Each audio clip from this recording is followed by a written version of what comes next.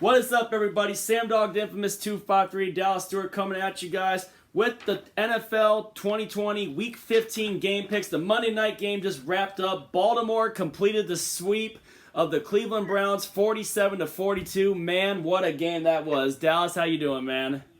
I'm doing good. It was a great way. That was a great way to wrap up Week 14 with a Monday night thriller.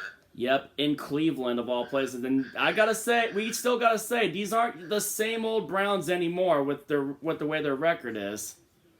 Yeah. But I think this. They showed a lot of fight. They easily could have folded up to 10s, getting down 14 in the fourth. And this probably won Pittsburgh the AFC North tonight, to be honest. Yeah, that's probably just about sealed it for the Steelers in the North, and if the Ravens are able to get in, well, watch out. They could be a dangerous team. Yep. All right, but now we're on the Week 15, and to start off the Week 15 Thursday Night Football, we got the Los Angeles Chargers. We got the Los Angeles Chargers going to Las Vegas to take on the Las Vegas Raiders in Allegiant Stadium. Last time these two teams met in SoFi, the Chargers dropped what could have potentially been the game-winning touchdown on that fourth down, which the Raiders ended up taking that one. And the Raiders yesterday just got pistol whipped by Phillip Rivers and the Indianapolis Colts, along with the Colts defense. They just got pounded at home. But other than that, I got the Raiders. I'm going to be taking the Raiders to bounce back here and complete the sweep of the Los Angeles Chargers. So give me the Las Vegas Raiders. And the Raiders to bounce back. They're in must-win mode if they want to get to the playoffs. So give me the Raiders to get to 8-6 and keep their wild card hopes alive. Yep, and the Chargers barely got past the Atlanta Falcons on a game-winning field goal in the final seconds too. So that's what happened with the Chargers. Is the Chargers just squeaked one out at home against the Atlanta Falcons and spoiling Todd Gurley's semi-return to LA. Up next, we got the Buffalo Bills taking on the Denver Broncos. The Bills coming off with a huge Sunday night win against the Pittsburgh Steelers, handing Pittsburgh their second straight loss in back-to-back weeks. I would say that was a big statement win for the Bills. It would. I would say it was a signature win in their season. Yep, and then also the Denver Broncos, surprise, surprise, Drew Lock, 4 touchdown passes against the Carolina Panthers and a big win for the Denver Broncos in Carolina. Even Nick Vannett finally caught his first touchdown in 2 years. The last touchdown Nick Vannett had was when he was a member of the Seattle Seahawks. So Nick Vannett is the only player in NFL history to catch a touchdown from Russell Wilson and Drew Lock in his career. But aside from all that stuff, though, too, from what we just talked about, I got the Bills keeping it rolling. Give me Buffalo. Yeah, give me Buffalo to keep it rolling. And sorry, Denver, but you're not going to be able to sweep the AFC East. Well, you're 3-1. Yeah, because they did beat New England, and they did beat the Jets. They beat Miami, and they beat the Jets. That's right. So no AFC East sweep for the Broncos. All right, up next we got the Carolina Panthers going to Lambeau Field to take on the Green Bay Packers.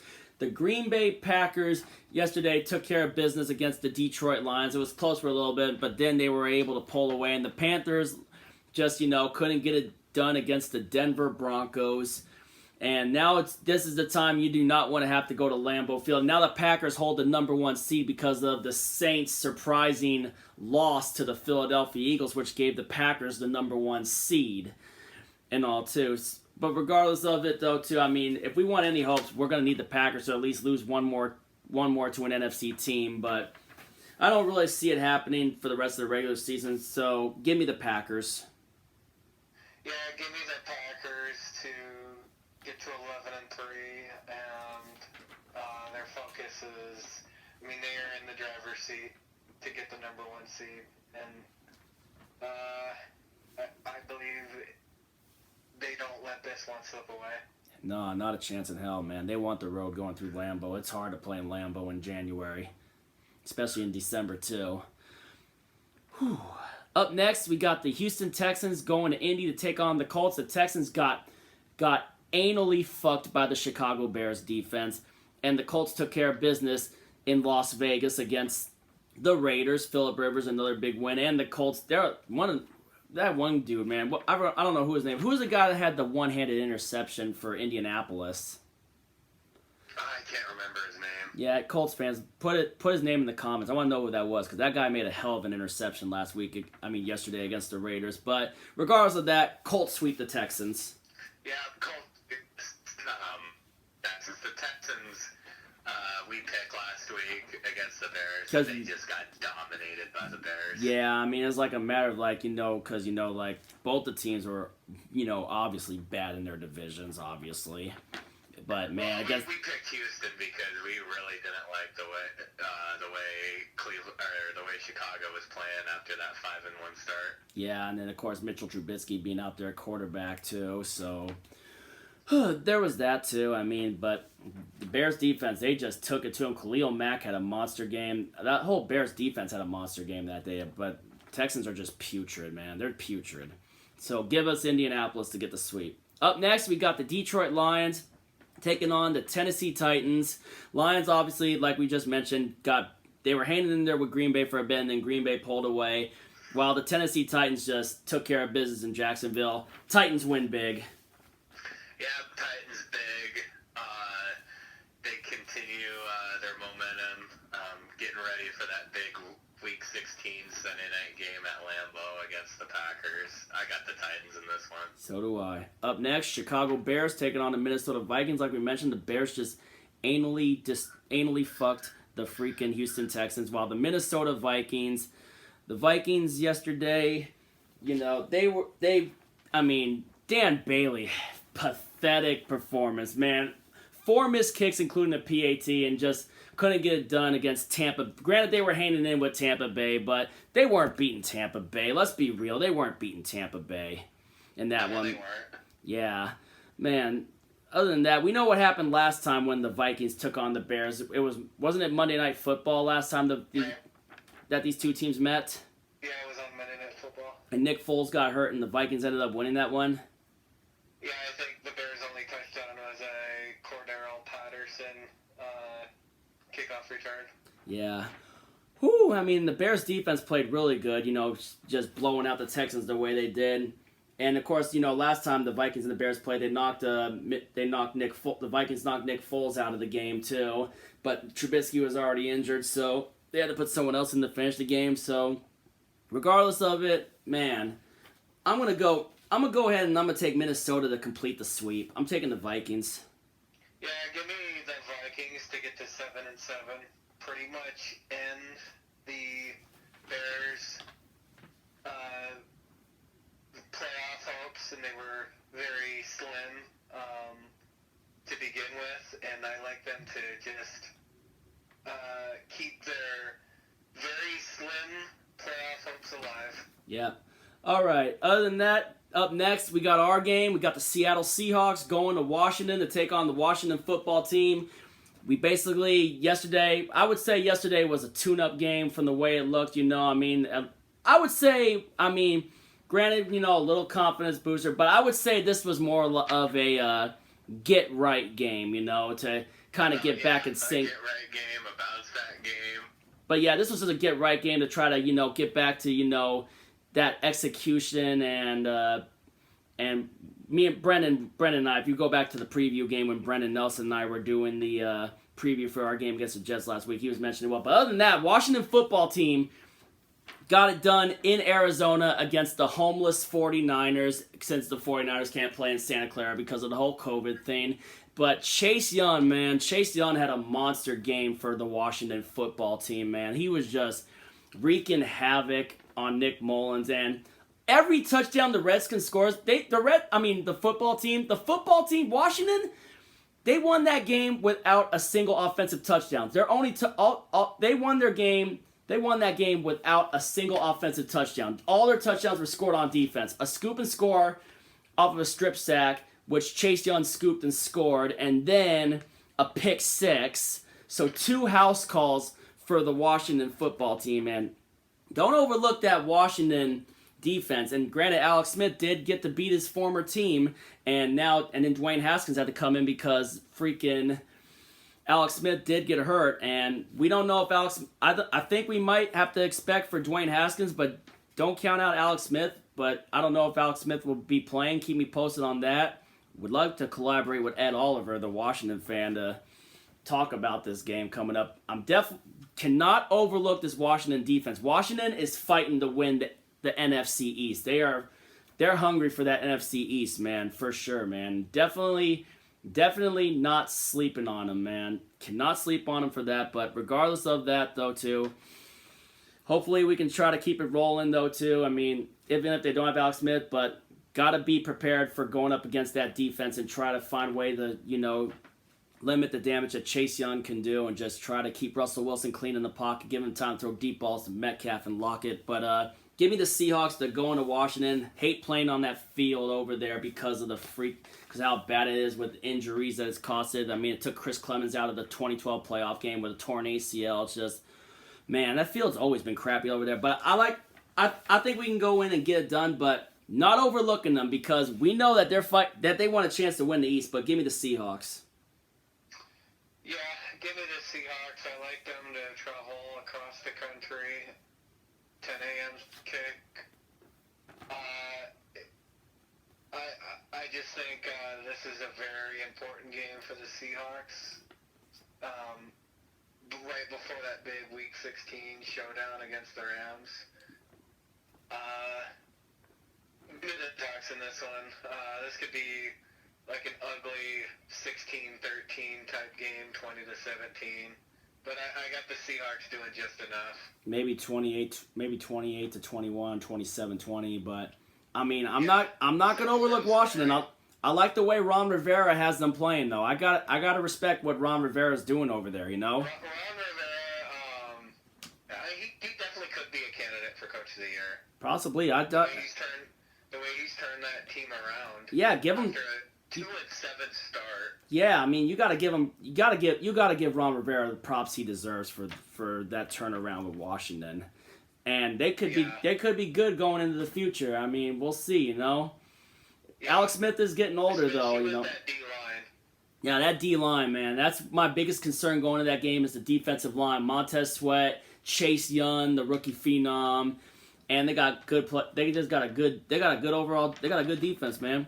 All right. Yep. Up next, we got the New England Patriots going back down to Miami to take on the Dolphins. We all know what happened week 1 when it was still Fitzpatrick. The difference is now they got to take on Tua Tagovailoa, and the Patriots just got manhandled by the Los Angeles Rams on Thursday Night Football, while the Dolphins picking off Patrick Mahomes 3 times and had an over 30-yard sack on Patrick Mahomes, but still could not get it done against Kansas City, falling to the Chiefs at home in this one. Man, this is kind of going to be, I mean, now with Tua Tagovailoa, Cam Newton, I mean, last time it was Fitzpatrick. This should be a good one, but I think this time around, I think it's going to be, like the Patriots have always struggled every time a lot of times, the last few times when they play Miami. And I'm kind of, I'm going to take a shot on this one. I think that the Dolphins and Patriots will split again for the 3rd straight year, dating back to the Miami Miracle with Tannehill. And then, of course, Week 17 when they shifted the entire AFC playoff picture last year with Fitzpatrick. And I'm going to go with the Dolphins to get a win against the Patriots at home and have them split for the 3rd straight year in a row. I'm going to go with the Dolphins, but this could go either way. But that should be a fun one, though, to watch, Yeah, this is a tough one to pick, but the Dolphins are battling for that 7th seed in the AFC. They can't afford to stub their toe in Miami against New England. I'm going to go with Miami. All right. They probably have to get 2 out of their last 3, and they still, Week 17, have to go to Buffalo. No easy task.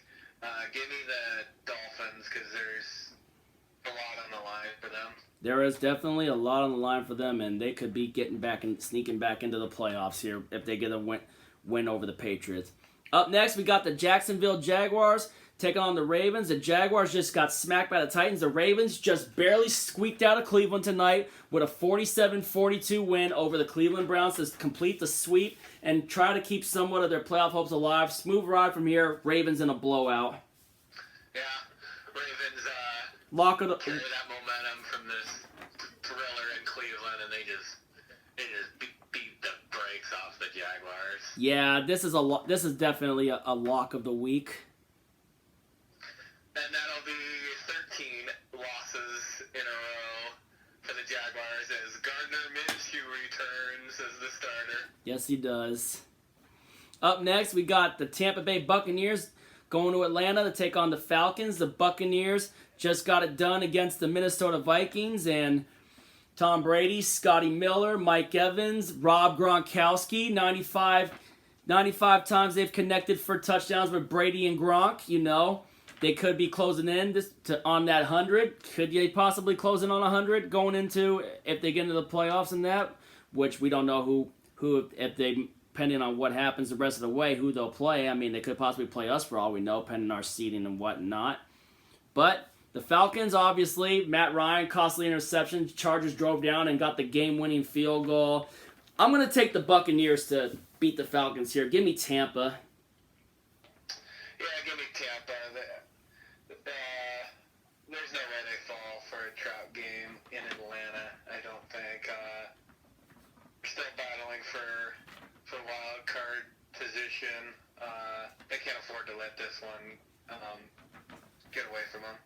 So I'm going with Tampa Bay. Yeah. Up next, we got the San Francisco 49ers going to AT&T Stadium to take on the Dallas Cowboys. The 49ers got beat pretty good by Washington, giving them 2 defensive touchdowns. Got beat by a team but they got beat by a Washington team that beat them without an offensive touchdown. And meanwhile, the Dallas Cowboys yesterday, Andy Dalton returned to Cincinnati.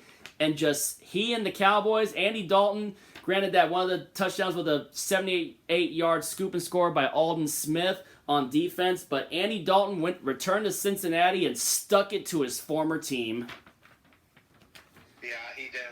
Man, obviously both teams probably won't be in the playoffs, but if I'm gonna be honest in this one, I think this could be the 49ers' last win of the season. In all honesty, too, depending on how they could limit Zeke Elliott, CeeDee Lamb, Amari Cooper, Michael Gallup. I mean, I think this is the last best chance for the 49ers to at least get one more win on their disappointing season. I'm just gonna take the San Francisco 49ers in this one. Yeah, this is kind of a tough one.